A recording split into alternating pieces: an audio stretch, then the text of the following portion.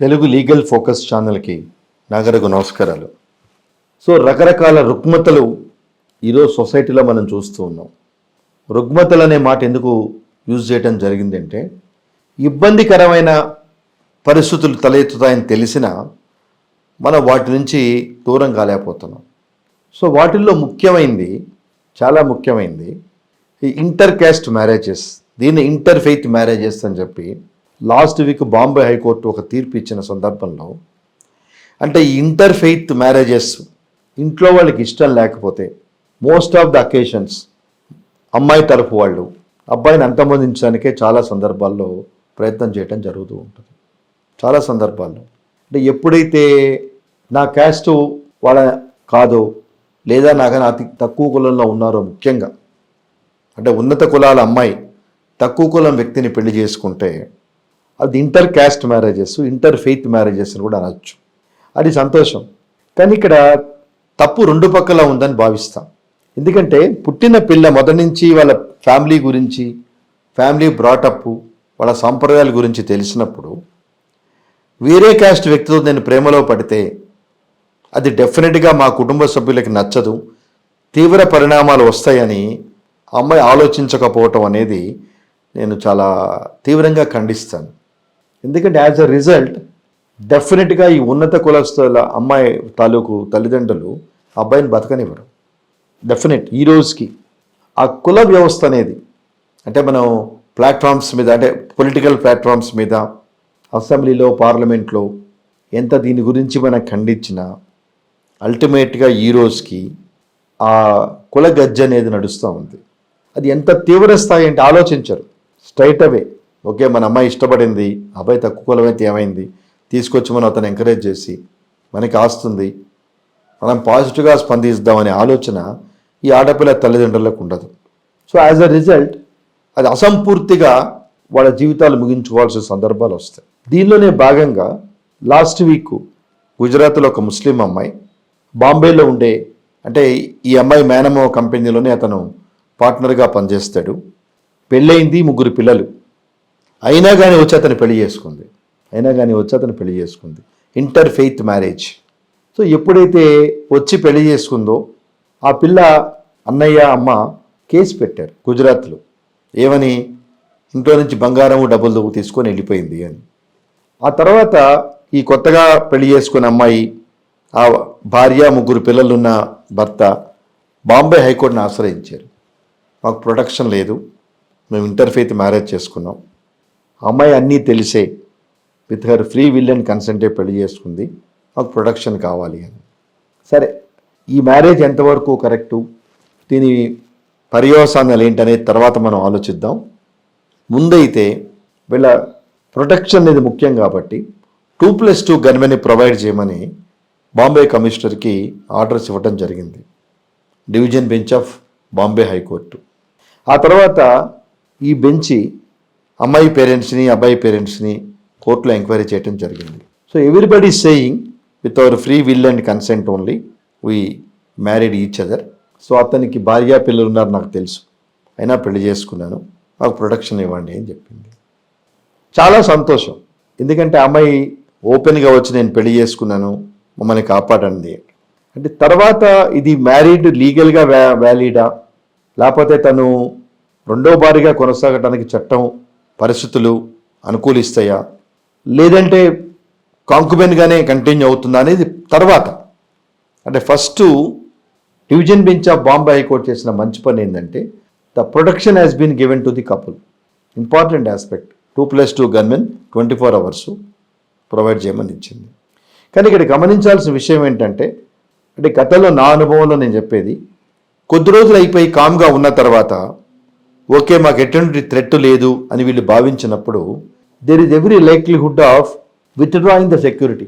వీళ్ళే కోర్టుకు వెళ్ళి, సార్ మాకేం థ్రెట్ లేదు, ఇప్పుడు మేము బాగానే ఉన్నాము, మా పార్టీకి మేము ఉన్నాము అనుకుంటారు. అంటే ఇక్కడ 2 విషయాలు మాట్లాడుకుందాం. ఒకటి వాళ్ళ రక్షణ, తర్వాత వాళ్ళ భవిష్యత్తు. రక్షణ గురించి ఎందుకు మాట్లాడుతున్నానంటే, చాలా కేసులు చూసాం. వేరే క్యాస్ట్ అబ్బాయిని ప్రేమించుకున్నాడని కానీ, పెళ్లి చేసుకున్నారు కానీ వాళ్ళందరినీ అంతమందించిన కేసులు చాలా చూసాం. ఇటీవల కాలంలో కూడా మనం చాలా చూసాం. సో హర్షించి ఒక గొప్పింటి అమ్మాయి వేరే కులస్తుడు కానీ పేదవాడిని కానీ మ్యారేజ్ చేసుకొని గొప్పగా గ్రాండ్గా మాటలు చెప్పేంత ఐడియల్గా నిలబడ్డ సందర్భాలు చాలా తక్కువ.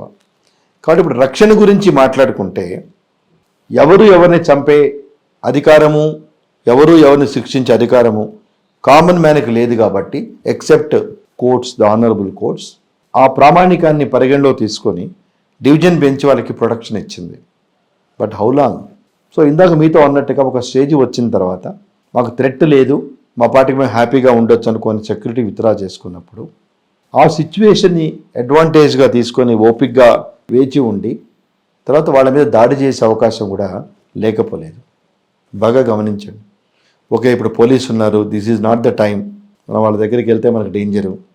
చూద్దాం ఎన్ని రోజులు పోలీస్ ప్రొటెక్షన్ నడుస్తుందో చూద్దాం. పోలీస్ ప్రొటెక్షన్ విత్డ్రా అయిన తర్వాత వీ విల్ టేక్ యాక్షన్ అని చెప్పి అనుకున్న సందర్భాలు కూడా చాలా ఉండి ఆ తర్వాత వాళ్ళ మీద దాడి జరిగితే who will give guarantee to their lifes?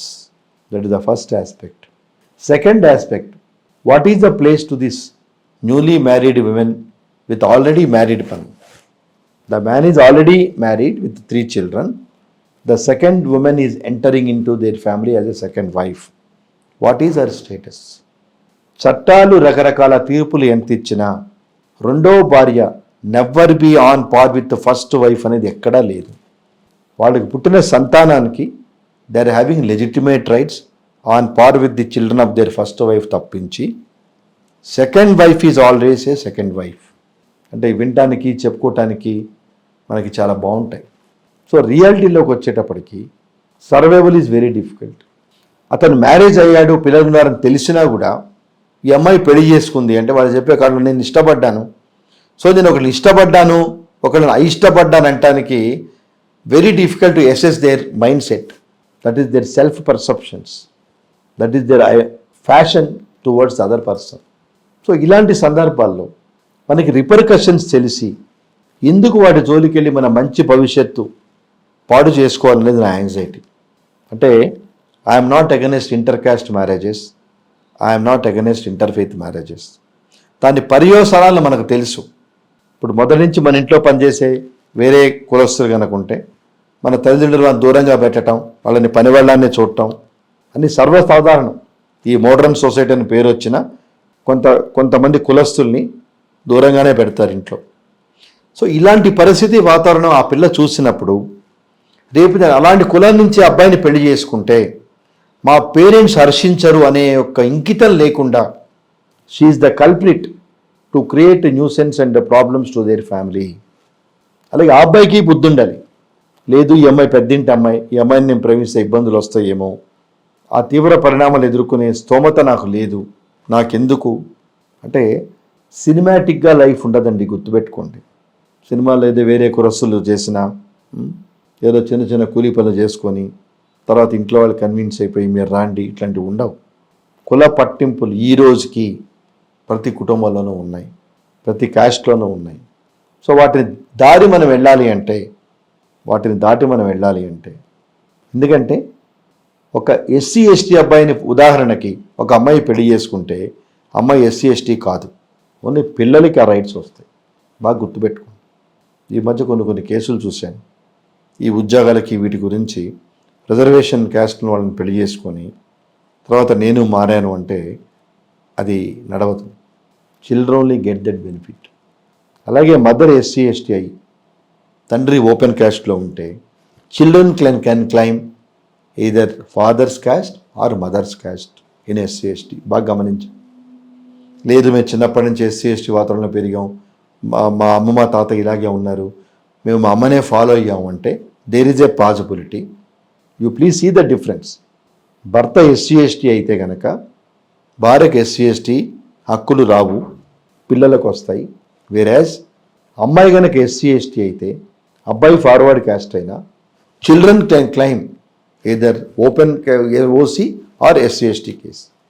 అంటే ఈ టాపిక్ చెప్పడంలో ఉద్దేశం ఏంటంటే పెళ్ళిళ్ళు చేసుకొని ఇష్టంతో సర్వైవల్ అవటం వేరే విషయం. లవ్ మ్యారేజెస్ అనే పేరుతో అంటే వినే ప్రేక్షకులు అనుకోవచ్చు, సార్ 2 క్యాస్ట్లు డిఫరెంట్గా ఉన్నాయంటే డెఫినెట్గా లవ్ మ్యారేజ్ అయి ఉంటుంది కదా, తెలిసి ఎవరు వేరే వాళ్ళని ఎందుకు చేసుకుంటారనే సందేహం మీకు రావచ్చు. బట్ ఎప్పుడైతే మీకు ఫైనాన్షియల్ స్టెబిలిటీ ఉంటుందో then only you can withstand, then only you can face the elders. అంతేగాని just because we have a passion and other caste of women or girl, definitely it leads to unnecessary complications. అంటే జీవితాలే అంతమైపోతున్నాయి. ఈ యొక్క inter caste మ్యారేజెస్తో కాపురాలు కూలిపోతున్నాయి.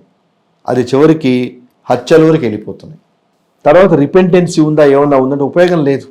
అంటే ఒక 25-30 సంవత్సరాలు ఒక యువకుడు లేకపోతే యువతి కానీ ఇంటర్ క్యాస్ట్ ప్రేమ అనే ముసుగులో హత్యలు కాబట్టే సందర్భాలు కోకొల్లలు, బయటికి వచ్చినవి బయటికి రానివి కోకొల్లలు.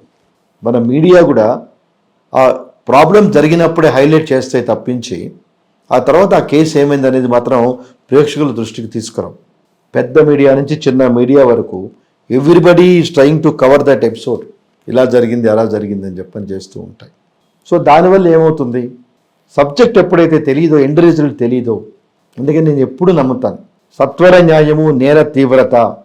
ఇప్పుడు కమిట్ చేశాడు, ఒక 1 yearలో కేసు డిసైడ్ చేసి వాడికి 302 కింద వస్తుంది కాబట్టి మరణశిక్ష విధించడము, యావజ్జీవ కారాగార శిక్ష విధించడమో జరిగితే మిగతా తల్లిదండ్రులు కొంచెం కాషన్ అవుతారు. అమ్మో మనం జైలుకు పోతాం, మనము ఇబ్బంది పడతాం, 1 yearలో కేసు డిసైడ్ అయిపోతుంది. కానీ మర్డర్ కేసులు అంటే ప్రస్తుతం ఉన్న పరిస్థితిలో it takes not less than 5 years to decide. 10 ఏళ్ళైనా దొరకనే ఉన్నాయి. Chilakaluripet bus murder case it takes its own course of time to decide. So ఆ రకంగా ఉన్నాయి. అందుకే జనాలు కూడా వెసలుబాటు చూసుకుంటారు. నేను ఈ పని చేస్తే నాకేమైనా ఇబ్బందా, నేను ఏ రకంగా ఉంటాను నేను చూసుకొని వాళ్ళు ప్రయత్నిస్తూ ఉంటారు. కాబట్టి మై అపీల్ టు వ్యూయర్స్, ఎప్పుడైనా ఇంటర్ క్యాస్ట్ మ్యారేజెస్ మన కుటుంబంలో కానీ మనకు తెలిసిన ఫ్యామిలీ సర్కిల్లో కానీ జరిగితే మీరు వీలైనంతవరకు పరిస్థితుల్ని సర్దుమణిగట్టుగా చూడండి తప్పితే జస్ట్ బికాజ్ మన అమ్మాయో మన అబ్బాయో వేరే కులపాలను ప్రేమించారు పెళ్లి చేసుకున్నారని చెప్పని let us not eliminate them in the world. చాలా దుశ్చర్య, అంటే అనాగరికమైన చర్య. మనం 2024లో ఉండి మన పిల్లాడి కానీ పిల్ల కానీ వేరే క్యాస్ట్ అమ్మాయిని ప్రేమించి పెళ్లి చేసుకుంది, వాళ్ళని అంతమొందించాలనుకోవటం అనేది చాలా అనాగరికమైన చర్య. సో అన్యాయంగా మనకి ఎవరిని చంపే హక్కు మనకు లేదు, కొట్టే హక్కే లేదు నా ప్రకారం, అలాగే చంపే హక్కు లేదు. అలా చంపిన తర్వాత కూడా వాళ్ళు అచీవ్ అయ్యేది ఏం లేదు. Law takes its own course of time and ultimately they will be punished.